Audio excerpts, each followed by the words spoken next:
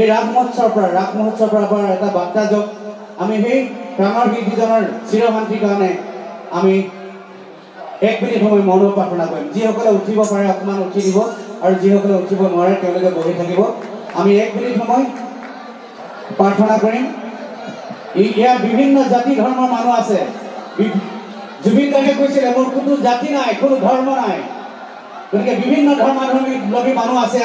সকলোৱে অকমান যদি থিয় হৈ দিয়ে 1 মিনিট সময় প্ৰাৰ্থনা কৰে তাৰপিছত আমি আমাৰ ফ্লেশ লাইটবিলাক মোবাইলৰ লাইটবিলাক জ্বলাই ল'ব আৰু আমাৰ সাংবাদিকবিলাকে আপোনালোকক উঠাই গোটেই পৃথিৱীৰে দেখাব লাইটবিলাক জ্বলাই দিব আৰু মায়াবিনী গীত গাব দেই এতিয়া আমি 1 মিনিট সময় মৌন প্ৰাৰ্থনা কৰিম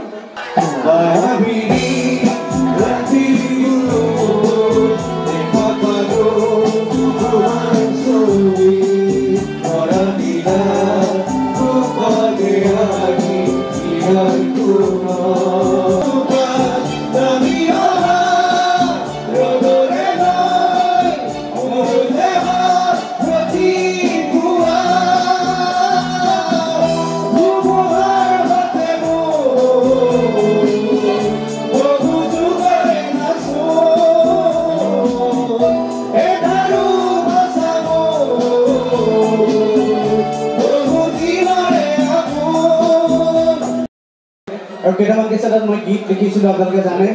আৰু সেইটো কাৰণে হয়তো মই গায়কৰ নাম পাইছোঁ অসমৰ শিল্পী জগতখনত মই যেনেধৰণে খোজ পেলাব লাগিছিলে ঠিক তেনেধৰণে মই আজিও খোজ পেলাবলৈ সক্ষম হোৱা নাই অসমৰ বিভিন্ন চুকে কোণে ৰাইজৰ আশীৰ্বাদ বিচাৰি ঘূৰি ফুৰিছোঁ আজি আমাৰ এই ৰামপুৰৰ ৰাস মহোৎসৱতো দেখিছোঁ হাজাৰ হাজাৰ ৰাইজে উপচি পৰিছে মই ৰাইজৰ পৰা আশীৰ্বাদ বিচাৰিছোঁ যাতে আপোনালোকৰ আশীৰ্বাদৰ দ্বাৰাই মই অসমৰ শিল্পী জগতখনত এখোজ দিব পাৰোঁ আৰু আপোনালোকে ইয়াতো জানিব মই একেবাৰে গাঁৱলীয়া মানুহ পথাৰত যেতিয়া মই হাল বাই থাকোঁ কোৰ মাৰি থাকোঁ তেতিয়া গীতবিলাক ৰচনা কৰোঁ আৰু সেইবিলাক গীতেই মই অসমৰ শ্ৰাব্য গোষ্ঠীলৈ আগবঢ়াওঁ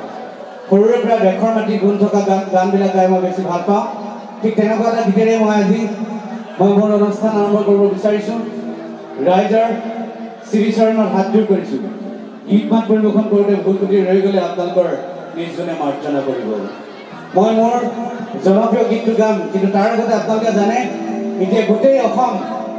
শোকত ম্ৰিয়মান হৈ আছে শোকত স্তব্ধ হৈ আছে